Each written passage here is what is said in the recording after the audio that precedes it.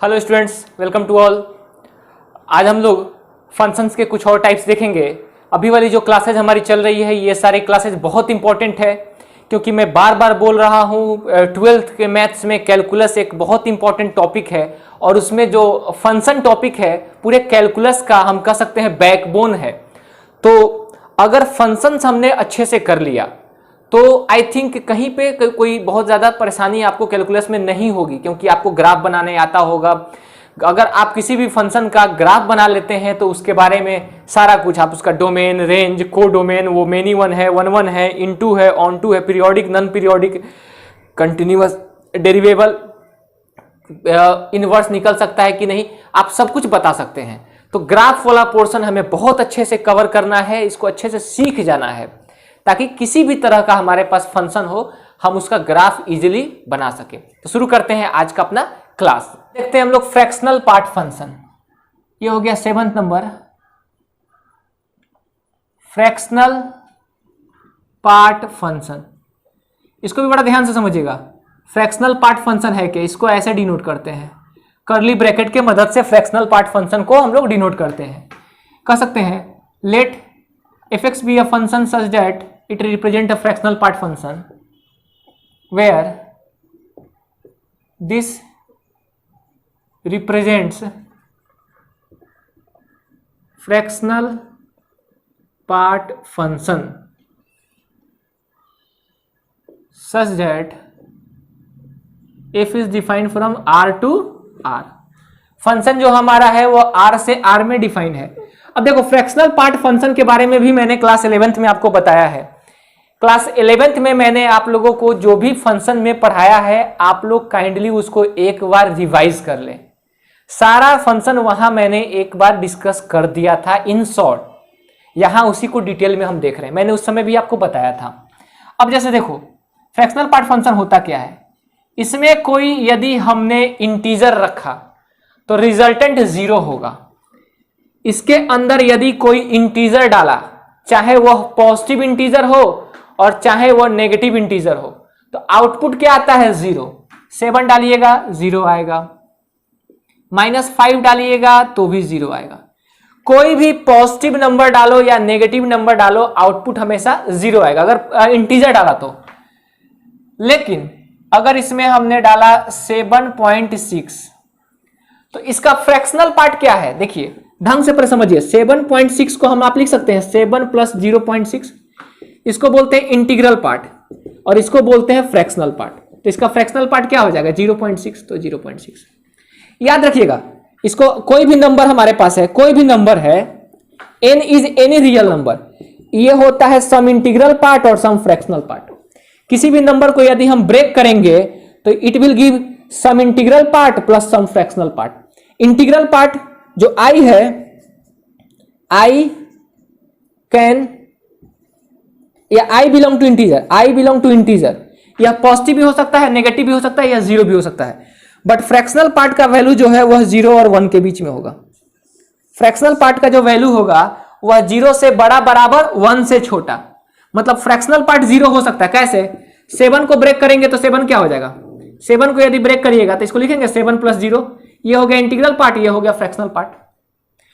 तो fractional part आपका 0 हो सकता है या 0 से बड़ा होगा, लेकिन 1 से छोटा होगा, कभी भी 1 नहीं हो सकता है, और ये हमेशा पॉजिटिव होगा।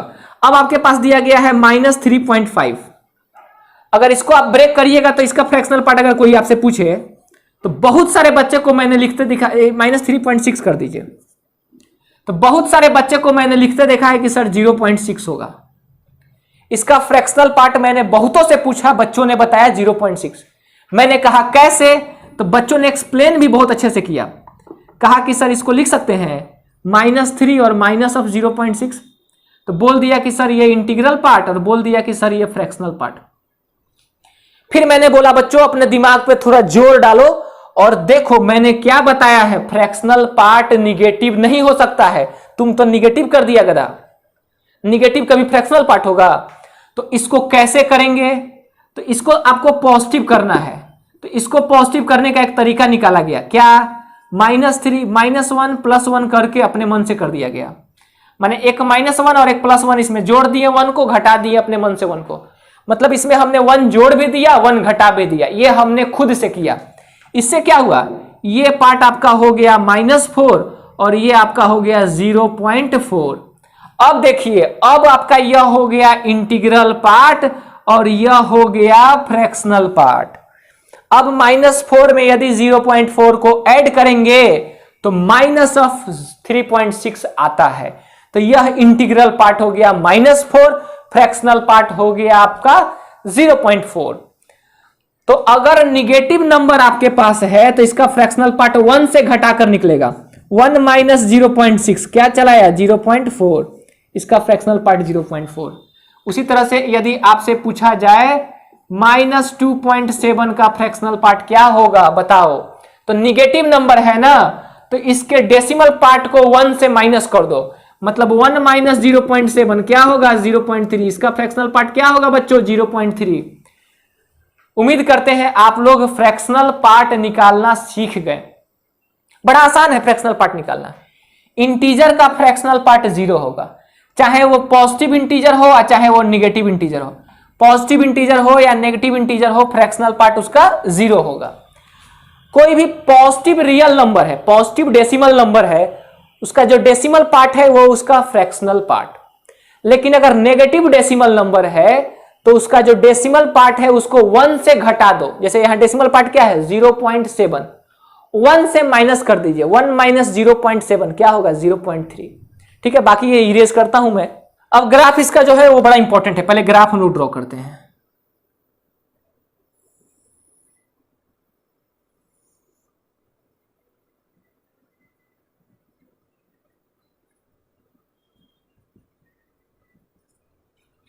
ये आपका हो गया 1 2 3 4 -1 -2। एक चीज ध्यान दीजिएगा, आप कह सकते हैं कि सर आपका ग्राफ गलत है, बिल्कुल गलत है। ये वाला डिस्टेंस मैंने कम लिया है, ये वाला डिस्टेंस मैंने थोड़ा ज्यादा ले लिया है। चलो यार कम कर देते हैं, बहुत सारा बच्चा इसमें भी कह देगा सर आपका तो गलत है। ये 1 हो गया, थोड़ा सा इमेज क्लियर बनने के लिए मैंने कर दिया था, और कोई बात नहीं है। ये कोई बहस का मुद्दा नहीं है, लेकिन क्या करोगे, बच्चे तो बच्चे होते हैं ना, उंगली तो उठा ही देगा ना। अब देखो जरा ध्यान से, इसमें इसका ग्राफ जो होगा ना, मैं डायरेक्ट बना देता हूं यार, तुम समझ लेना इसको। इसका आउटपुट जो है कभी 1 नहीं आ सकता है, फ्रैक्शनल पार्ट का जो आउटपुट है कभी 1 नहीं आ सकता है। इसका ग्राफ कुछ इस जैसा बनेगा, 45 डिग्री पर ये होगा, 45 डिग्री पर। कैसे देखिएगा, अगर इसमें डाला 0.1 तो आउटपुट क्या होगा 0.1, अगर डाला 0.2 आउटपुट क्या होगा 0.2, अगर डाला 0.5 आउटपुट क्या होगा 0.5, अगर डाला हमने 0.7 आउटपुट क्या होगा 0.7, अगर डाला हमने 0.9 आउटपुट क्या होगा 0.9, अगर डाला 1 आउटपुट क्या होगा 0। इस तरह से 0.1 पे 0.1, 0.2 पे 0.2, 0.5 पे 0.5, 0.9 पे 0.9। उसी तरह से अगर हमने डाला 1.1 वैल्यू क्या होगा 0.1, अगर हमने डाला 1.2 वैल्यू क्या होगा 0.2, अगर हमने डाला 1.8 वैल्यू क्या होगा 0.8, अगर हमने डाला 2 वैल्यू क्या होगा 0। तो फिर यहां भी उसी तरह से होगा।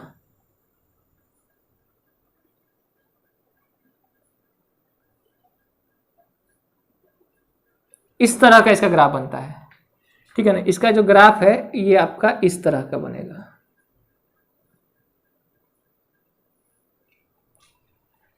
ये हमारा ग्राफ बन गया फ्रैक्शनल पार्ट फंक्शन का। इसको मैं डिलीट करता हूं। ग्राफ बनाना कोई बहुत मुश्किल नहीं है, वैल्यूज ले लेकर आप ग्राफ बना सकते हैं खुद से। अब देखिए ये हमने इसका ग्राफ बना डाला। अब तो ग्राफ देखकर हमको क्या मालूम चला कि इसका वैल्यू जो है वो रेंज जो है 1 से बड़ा नहीं होगा। अब इसका कुंडली बनाएंगे पहले हम लोग, तो पहले कुंडली में ग्रह कितने हैं लिख लिया जाए, domain, codomain, range,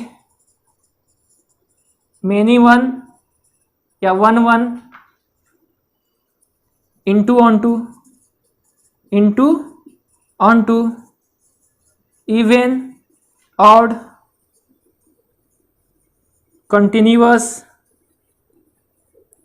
डेरिवेबल, inverse, periodic है कि नहीं। इसके सारे ग्रह हमने लिख दिए। ग्रह नक्षत्रों के बारे में अब ज्ञान लेते हैं हम लोग। डोमेन क्या होगा बच्चों, एक्स के वैल्यू के लिए कोई पाबंदी नहीं है, तो डोमेन इसका क्या होगा, माइनस इंफिनिटी से प्लस इंफिनिटी, कुछ भी ले लो, डोमेन क्लियर है। अब यहां से समझने का प्रयास करो, इतना बता दिया मैंने तो दिमाग में आ रहा होगा। कोडोमेन आर टू आर है ना, तो कोडोमेन क्या होगा, माइनस इंफिनिटी से प्लस इंफिनिटी। रेंज, रेंज देखो तो y का वैल्यू 0 से लेकर 1 तक, 0 हो सकता है क्लोज इंटरवल, लेकिन 1 नहीं होगा, तो 1 पर ओपन इंटरवल, ध्यान दीजिएगा। रेंज इसका 0 से 1,